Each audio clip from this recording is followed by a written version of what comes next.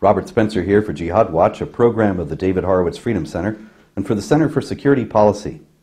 The Orlando Weekly's Xander Peters frames the story this way. Orange County middle school teacher has an incredibly racist Twitter account.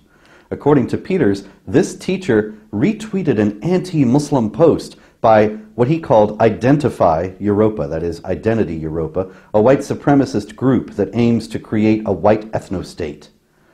The Orlando Sentinel also covered this story, but neither the Orlando Weekly nor the Sentinel carried a picture of this supposedly racist teacher. That is because the racist teacher and supposed white supremacist, Sunday Brown, is a black woman. What race was she supposedly attacking? Jihad, terror, and Islamization, of course. Yet, of course, Islam is not really a race, as any sane person knows, and Muslims are not of a single race, but of all races. But the Orlando Weekly and Orlando Sentinel are out to destroy Sunday Brown's career and livelihood for the crime of opposing jihad violence and the spread of Sharia to non-Muslim countries. They have targeted her because she reportedly tweeted that imams worldwide instruct Muslims to invade Western countries, outbreed them, overthrow governments, kill infidels, and implement Sharia law. Are there imams and other Muslim leaders who have preached such things? Of course there are. Examples are not hard to find. And Brown has also retweeted posts from Identity Europa, which both the Weekly and Sentinel call Identify Europa, and which they claim is white supremacist because the hard left Anti-Defamation League says so. Now, is the ADL a reliable guide to such matters? That's highly questionable, but not to the Weekly or the Sentinel. In any case, even if Identity Europa is white supremacist, to argue that Sunday Brown is also white supremacist for retweeting something they said, or is tainted by or responsible for all their views because she retweeted one thing they said, well, that's ridiculous by any rational measure. But with the Orlando Weekly and the Sentinel, as with all the establishment media, we've departed from rationality long ago. This witch hunt against Sunday Brown is just one of many nowadays. People who express the slightest opposition to jihad terror or any hesitation about the project of inundating Western countries with Muslim migrants and are not just tarred as racist, bigoted Islamophobes. That defamation's been going on for well over a decade. But now they're targeted professionally. The Weekly and the Sentinel ran these stories to try to get Brown to lose her job. The leftist Islamic Alliance, through its tools in the establishment media, wants to drive all those who do not echo the hard left agenda out of the public sphere altogether. They're applying Hillary Clinton's call to use peer pressure and shaming against those who get out of line, and are endeavoring quite simply to destroy all dissent and all dissenters. I myself have been subjected to this for years.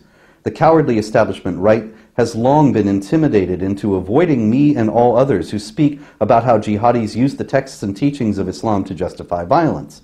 And a few years ago, the thuggish hate-monger Nathan Lean of Georgetown University led a campaign to get me canceled from a speaking engagement in California that actually had nothing whatsoever to do with Islam or jihad. He just wanted me and others who speak the truth about the jihad threat to be shunned and ostracized everywhere, in every context, in every connection. This extends even to basic efforts to make a living. The Washington Post a few years ago got Terry Jones, the famous Quran-burning pastor, fired from driving for Uber, even though he wasn't burning Qurans in his car as he carried passengers around. But it's clear that they didn't want Jones to be able to make any kind of living anywhere.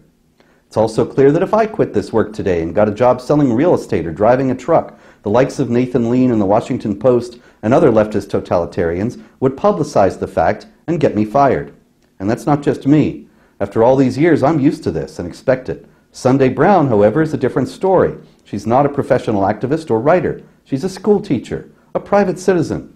She and others like her do not deserve this public shaming and persecution simply for opposing what everyone should oppose, jihad mass murder and Sharia oppression. If Bridgewater Middle School or Valencia College, where Sunday Brown works, fire her, there should be protests. Every lover of freedom in the Orlando area should, if Brown is fired, picket the school that fires her, asking why they're carrying water for murderers and oppressors. It's high time we push back against this incipient totalitarianism and put an end to this peer pressure and shaming and destruction of people's lives and careers because they said something that the leftist establishment doesn't like. If we don't, it's clear. This totalitarian straitjacket will be applied to us ever more tightly, until it won't be possible for anyone to be employed anywhere unless they say and think what Big Brother demands that they say and think. Say no to this now. Say yes to free thought. I'm Robert Spencer.